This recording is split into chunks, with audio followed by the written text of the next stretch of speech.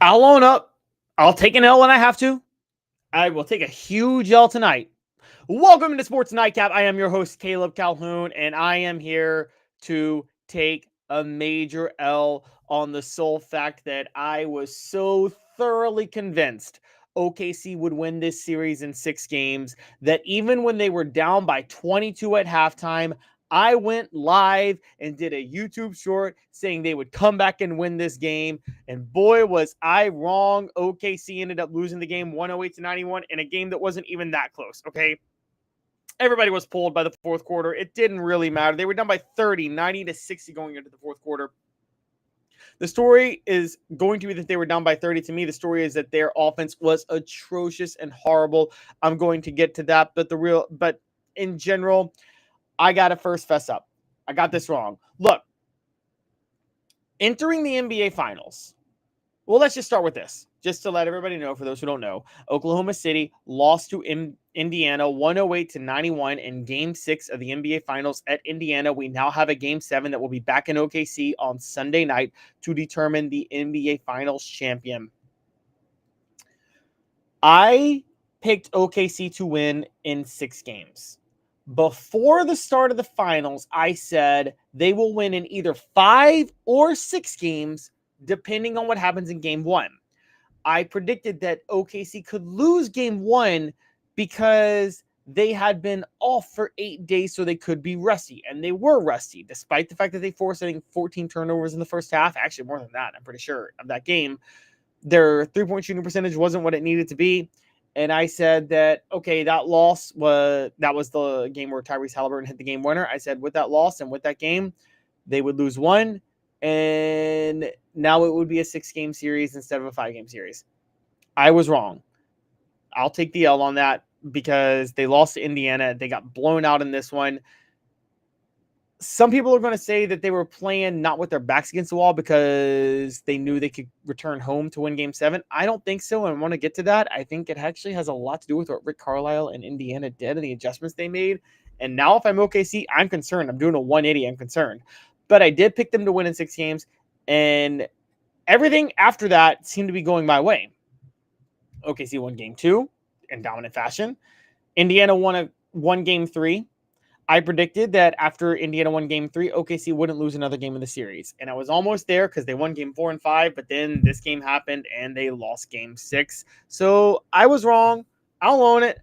I am so willing to own when I'm wrong, by the way, guys, that I'm going to share the link right now in the description of me predicting at halftime that OKC would win this game despite being down 64-42 at halftime. I've shared that link. Now to the game itself. There's not much analysis to give except this. Rick Carlisle proved why he's the best coach in basketball over the past 30 to 40 years, particularly when you consider the NBA as a sport where the stars and the better talent wins out. Rick Carlisle has a championship ring without having a top 10 player in the NBA. And that's obviously 2011 with Dirk Nowitzki. Rick Carlisle would have had another championship ring had it not been for the fact that his best player got suspended for the entire season when he was at Indiana in 2004 in Ron Artest because of the malice at the Palace. Rick Carlisle is an incredible coach, and I believe that going into this game, going into this series even, I said he's an incredible coach, and he proved it beyond what I even thought in this Game 6 win. Because what happened? What changed with this Game 6 win? 2 things helped Indiana. 1, Chet Holmgren once again disappeared. He's disappeared in a few of these playoff games, by the way, and particularly these finals games. I'm starting to think he's just not clutch. I think Chet Holmgren is scared of the moment. But he had 4 points, was 2 of 9, and was 0 of 3 from 3. That was bad enough. But the big thing that happened in this game was Rick Carlisle switched up his defensive scheme. He did a matchup perimeter zone. I don't know if you guys saw this. And he focused on putting Pascal Siakam on Jalen Williams or Alex Caruso, depending on who came onto the court. How'd that work? Jalen Williams did have 16 points, but he was 0 of 4 from 3. Alex Caruso had a big fat 0 points. That's right, 0. More importantly, Jalen Williams is plus minus 40. Alex Caruso's minus 33. Jalen Williams and Alex Caruso were the giant liabilities of this game. And Rick Carlisle called this matchup perimeter zone where he put Siakam on Williams and Caruso specifically. And Mark Daigneault could not figure it out. I've said for a while, I think Mark Daigneault is a really, really bad, overrated coach. Okay. Shai Gilgeous-Alexander has been carrying him.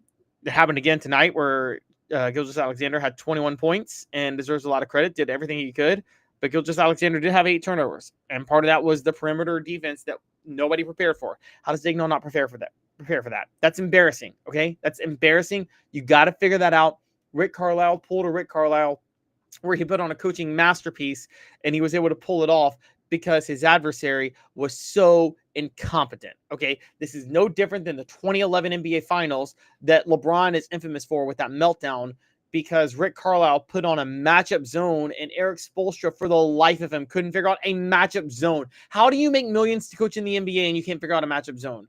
Mark Daigneault, Eric Spoelstra, you both should be fired. This is absolutely ridiculous. You shouldn't be allowed to be coaching the NBA when you can't figure out matchup zones, particularly on the perimeter, and you can't figure out one matchup.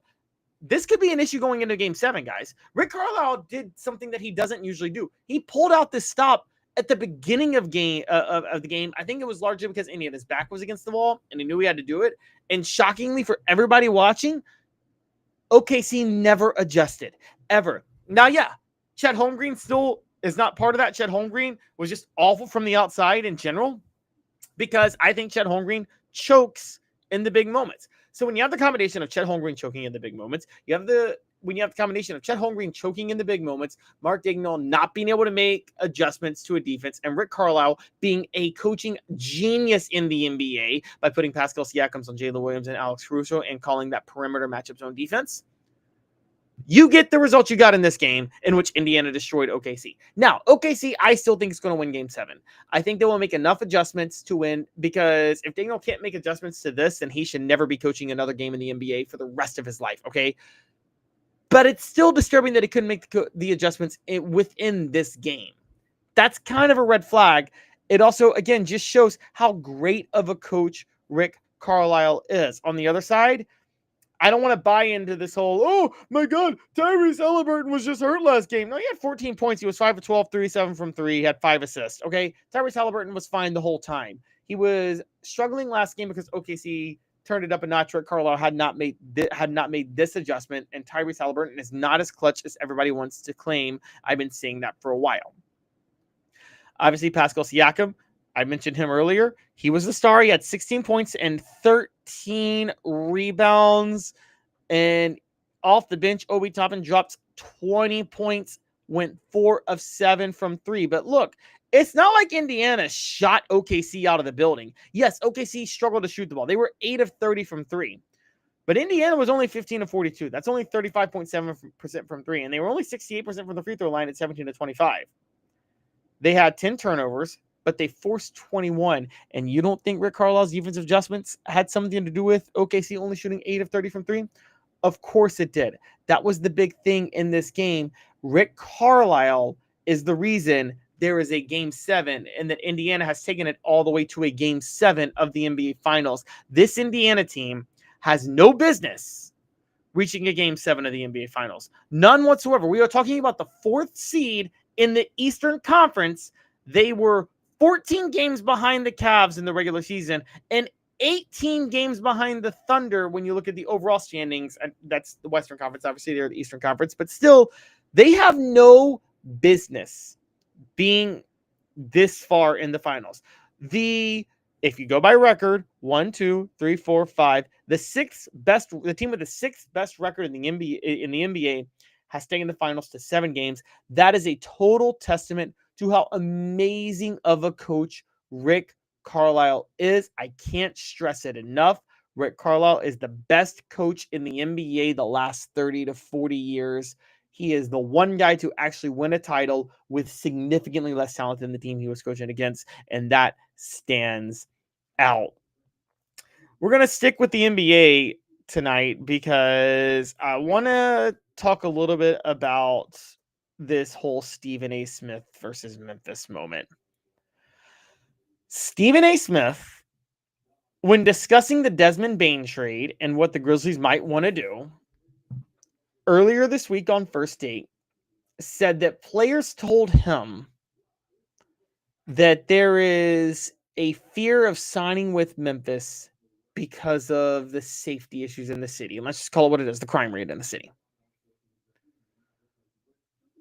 Full disclosure, I was born and raised in Memphis. I am a hardcore Grizzly fan. I will not apologize for that. I am very, very proud to be from my city. I don't live there now, but I love my city. I love Memphis. I love everything about the city. I love everything about the people in Memphis. Stephen A. Smith, I don't doubt that he heard that. And I don't doubt that he got it from a legitimate source. The question to me is who told him that? Now, Stephen A. Smith mentioned Jimmy Butler and why maybe Memphis couldn't lure Jimmy Butler. Now, it's possible Jimmy Butler feels that way, but Jimmy Butler played in Chicago during the height of the drill rap music era, okay?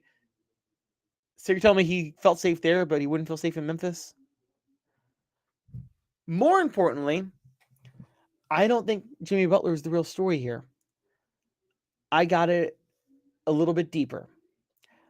I think this disseminates from somebody who happens to have been president of the Players Union. And let me make my point.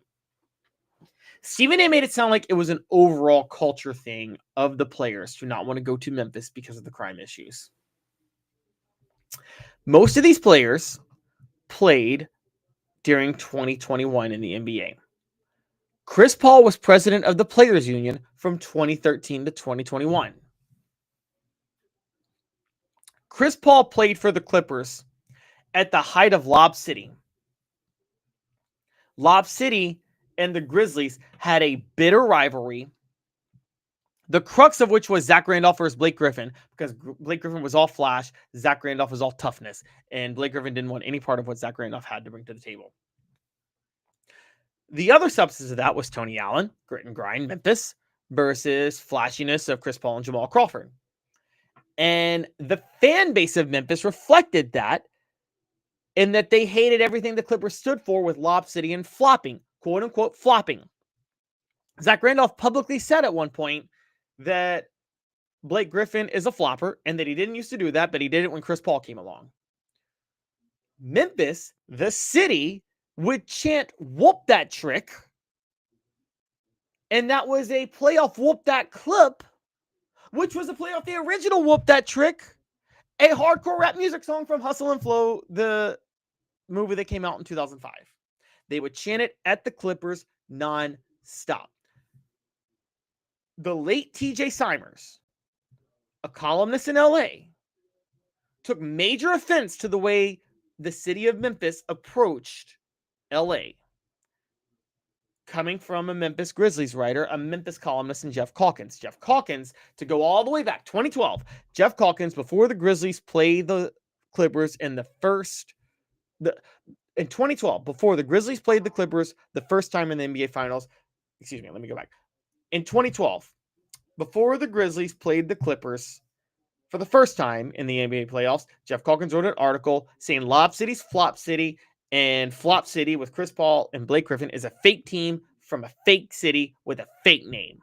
Basically saying they were the Kardashians, they were the Hollywood, and they weren't tough. TJ Simers responded in his old sarcastic way and referred to Memphis as a rat hole.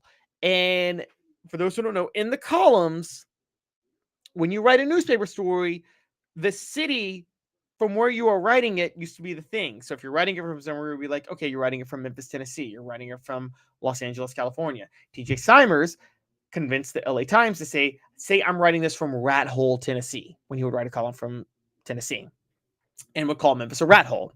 He would quote people like Chris Paul, specifically saying this is not a place I would want to raise my family. Because people in Memphis didn't like Chris Paul. The rivalry was that hot. And people in Memphis were a little bit tough. I say all this to say, I have a hunch that Chris Paul is behind the storylines that Memphis is not a safe place for NBA players, given the fact that Chris Paul took the rivalry with Memphis and Lob City versus Grit and Grind very personal, because he's Lob City, he's a flopper, he was fake, he was soft, and he throws cheap shots when nobody's looking. And he was president of the Players Union for 8 years while he was doing that. Stephen A. Smith has always refused to hear a word against Chris Paul. With that in mind, I think there is a strong possibility that Chris Paul is at the root of Stephen A. Smith's argument that Memphis is not a safe place. Stephen A. Smith, I won't accuse him of being an Access journalist, but I will say he's getting things from sources that are very close to within the NBA, and messages get disseminated, particularly from Chris Paul. Look, let's just be honest. This is coming from the players, and it's not coming from the owners. Stephen A. is not a mouthpiece for the owners, per se. He has been supportive of the players and the Players Union to a certain degree in the past. He has tried, now, in the last collective bargaining agreement that resulted in a lockout 2011, he sided with the owners. I did too. Anybody who was rational, who looked at that situation, would have sided with the owners, because the owners were losing money on the NBA at that time. Okay. And Stephen A's point was you have no leverage. That doesn't mean he always sides with him. He gave the Players Union a fair hearing consistently. I say all that to say Stephen A's sources are with a lot of players, and a lot of players have ties to Chris Paul, who was head of the Players Union from 2013 to 2021. So let's just get this out there that Stephen A. Smith may be getting his source that Memphis is not safe from Chris Paul, who is still bitter and salty about the Lob City versus Grit and Grind rivalry that happened in the early 2010s. More importantly, though, from the Grizzlies perspective, what does this mean going forward? I don't know if people know, but this may have inadvertently united Grizzly fans in a way they haven't been united since Grit and Grind. Ja Morant stuck his neck out to defend the Grizzlies, because this all came from the idea that Stephen A. said the Grizzlies may want to think about unloading everything and rebuilding, including unloading Ja Morant and getting new picks for him. Ja Morant goes on Twitter after Stephen A. said this and goes, talking about the Grizz more than the finals with these Cap A sources, instead of focusing on the performances we've seen from J-Dub, Shea, TJ Siakam, how the series is going, we say something negative about a city team on a national level. He says, and I'm going to be in that 901 source, me, don't cry for me when the war is over. And then in great Memphis fashion, Ja Morant retweets some people saying that Stephen A. Smith looks like Kermit the Frog, some people from Memphis who were roasting the heck out of Stephen A. Smith, which was hilarious, and says no place like the 901. Ja Morant inadvertently reunited the whole city behind him. Okay. Paul Young, the mayor of Memphis, jumped in and said, quote, Stephen called us a great sports town. Facts, best fans in the game. True, people of Memphis unmatched. But what he is missing is that crime is down significantly in 2024 and 2025. We're not just talking change, we're delivering it. Memphis is rising, and we've got the numbers and the heart to prove it. If Jimmy, or quote unquote Jimmy Butler, who he's referring to, or anyone else is unsure, come see for yourself. And Stephen will welcome you here anytime. Just don't bet against us. Memphis doesn't stay down. Big shout out to all of the Memphians and Ja Morant for jumping into the mix today. Ja repping his city like that shows exactly why he's one of us. His greatness is undeniable, but it's his heart that makes him Memphis. Ja Morant has reingratiated himself with the city of Memphis and reunited the city behind him by sticking his neck out for the city when he didn't have to. Why does that matter? For those not tied to the city was split about Ja Morant. This is the city that loved Zach Randolph. There was a question, and this is the big deal now. Before Ja Morant stuck his neck out for the city of Memphis against Stephen A. Smith, a much higher percentage of people that live in the city of Memphis would say that Zach Randolph is a greater Grizzly than Ja Morant than people across the country would say. Zach Randolph was a kid. Zach Randolph was a person with a troubled past who didn't have a great support system, who came to the city of Memphis and found a home and found a fan base that embraced him and embraced him back. and truly representing Memphis in that way off the court. He represented it that way on the court because he wasn't that athletic. He couldn't dunk despite being 6'9", but he found a way to make himself elite because of how smart of a player he was, how hard of a worker he was, and how great of a finesse player he was. Ja Morant, to a lot of people, was the exact reverse. He was a player with raw athleticism, all the talent in the world, all the potential in the world, who squandered it because he wanted to be the next Grand Theft Auto star while flashing guns in everybody's face. And it wasn't just his behavior off the court, which doesn't just include the guns, okay? Ja Morant was starting fights with people at malls in Memphis, threatening a security guard allegedly, getting involved in so many shenanigans, and acting like he was all about this life, despite coming from the suburbs. He was also showing major regression in his game after he got his big contracts. Ja Morant shot 34% from three.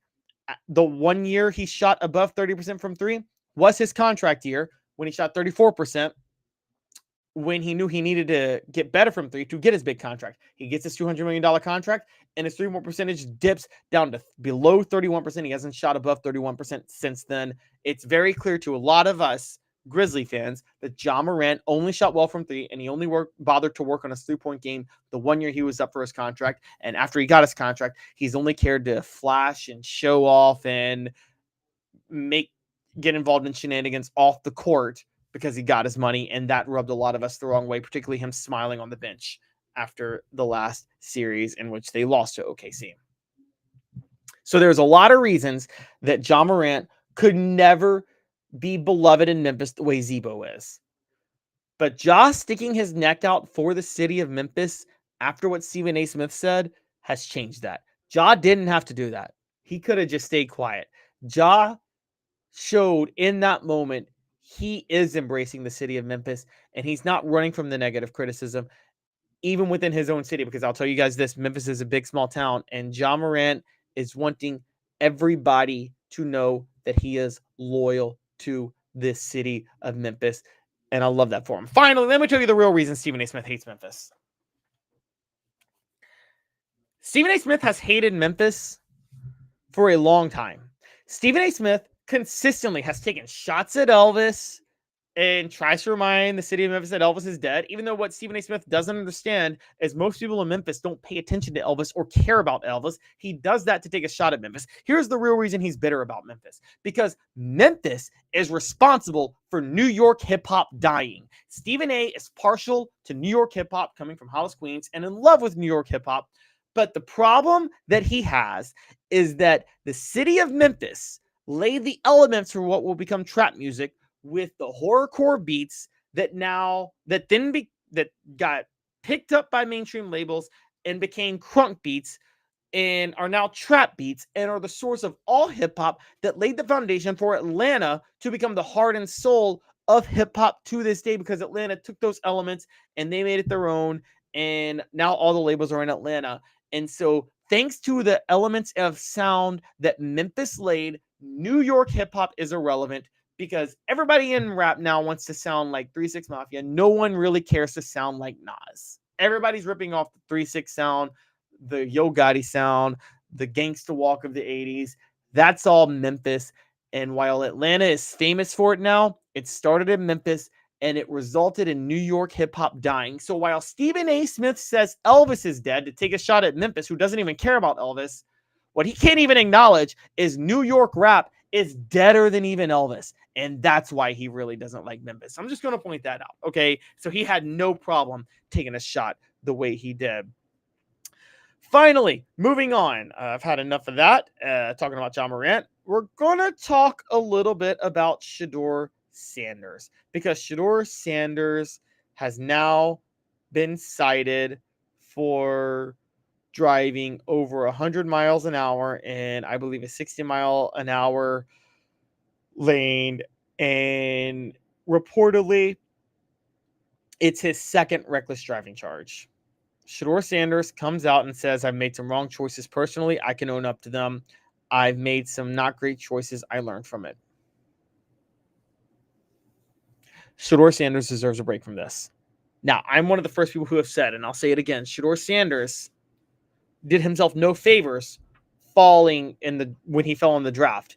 I think Shedeur Sanders does not have the physical tools to just immediately be a number one draft pick without doing the work necessary to wow NFL scouts. And he didn't do the offseason work necessary. He didn't show up for the combines. He only worked out with 5 teams. There were reports that he carried himself in the interviews like that those teams would be lucky to draft him. There were a lot of issues there. However, Shedeur Sanders, at the same time, to me, was the best quarterback in the draft this past year. Shedeur Sanders' pocket presence, his footwork, his ability to get rid of the ball, all stood out. And yes, he has mobility. Now, people would say his release was slow. It wasn't slow. He just held on to the ball trying to make a play a lot of times because he was at Colorado. He can get that coached out of him when he's in the NFL. I'm a huge believer in Shedeur Sanders and what he's able to do. Look at right now, by the end of 2026, Shedeur Sanders will be better than Cam Ward. This traffic charge is the typical classic case of kids being kids to a certain degree. I'm not here to defend it, but I'm not here to pretend that just because he's in Cleveland, it's similar to what Johnny Manziel was doing in Cleveland back in the day. And it would be irresponsible and reckless for anybody to pretend that's the same thing. Shedeur Sanders was doing something a lot of people in their early 20s like to do, okay? He was driving a little reckless, being a little stupid. I'm going to tell you this right now, that even with that in mind, Shedeur Sanders is still one of the better quarterbacks taken particularly late over the past few years. Now, there have been so many rumors on Shedeur Sanders, including the idea that he failed to appear for a court date, which people come out and said that's not true. He was cited by police, yes, for driving 101. So what? He was driving 101 miles an hour. I'm not saying so what. You shouldn't do that. But a lot of people with money and fast cars at 21 will do that, okay? So one of the reasons this stands out to me is that a couple of things happened that I think is more proof that we shouldn't write off Shedeur with this. One, LeBron James acknowledged he was driving 101 miles an hour on his 23rd birthday back in 2008. Happens. Again, he was a kid. He wasn't a kid, but he was very young. Zach Edey for the Grizzlies. It just came out that he was driving over 101 miles an hour in his own. What's it with the 101 miles an hour, guys? Why is that the number that everybody likes to hit? Okay, but the point is, these all keep coming out, and nobody would say that Zach Edey can't be a solid role player for the Grizzlies. No one's going to debate that LeBron's still not one of the greatest players of all time. I think top 2. I think second greatest player of all time. Why should we write off Shedeur? The only reason we're writing off Shedeur in this moment is because Shedeur was already humbled by falling to the 5th round. Again, Shedeur did himself no favors, and he has himself to blame for falling to the 5th round because of the way he took interviews for granted and all the other things he took for granted. But it's not like this is the worst crime, or even close to the worst crime many people in the professional ranks have committed. If you were all in on Shedeur as an NFL prospect, as I was, this shouldn't change your feeling on that. Your only concern about Shedeur should be, more than anything, his diva-like tendencies and behavior in certain situations, including getting into Twitter wars, his father getting into Twitter wars with people that criticize him, and not doing the NFL Combine workouts, bombing interviews with teams, refusing to interview with certain teams. Those all look bad. Now, refusing to interview with a team or two is not a big deal because everybody does that. I don't blame Eli Manning back in the day for refusing to interview with the Chargers. But if it is true that Shedeur refused to interview with 25 to 27 teams in the NFL because he only wanted a few teams to draft him, that's not a good look. You got to handle things better than that. It's not a coincidence that he fell so far in the draft to the 5th round. I still believe in Shedeur, but that is something he has to work out. I'll say this. I am a Titans fan. I would have rather had Shedeur Sanders and Cam Ward, particularly for Brian Callahan's offense. It's Brian Callahan pushes for the drop-back passer more than anything else. So I do have a problem with Shedeur Sanders not being the Titans quarterback. I do have a problem with Cam Ward being the Titans quarterback because I don't think Brian Callahan can actually adjust his scheme to what Cam Ward does, even though I think Cam Ward could be great. He can't be forced into a pure pro-style passing offense. He can't, and that's what Brian Callahan is going to try to do. So Shedeur Sanders, I want to emphasize again, his reckless driving charge is not a red flag. He will be fine. Hit that like and subscribe button, ring the bell, turn the notifications on, tell a friend, leave a comment, tell me what you think. We're building something fun at Sports Nightcap here. We want you to be a part of it. We will be back on Sunday to recap Game 7 of the NBA Finals. Again, we are on live every Sunday, Monday, and Thursday. No specific time when we go live on those days. It's just after the biggest live event of that night, in which case Sunday will be the NBA Finals. So whenever the NBA Finals ends, we will go immediately live to recap it. I want to thank you guys all for tuning in. You guys have a great rest of your night. You guys have a great weekend. Happy Juneteenth with Caleb Calhoun. This has been a presentation of Sports Nightcap.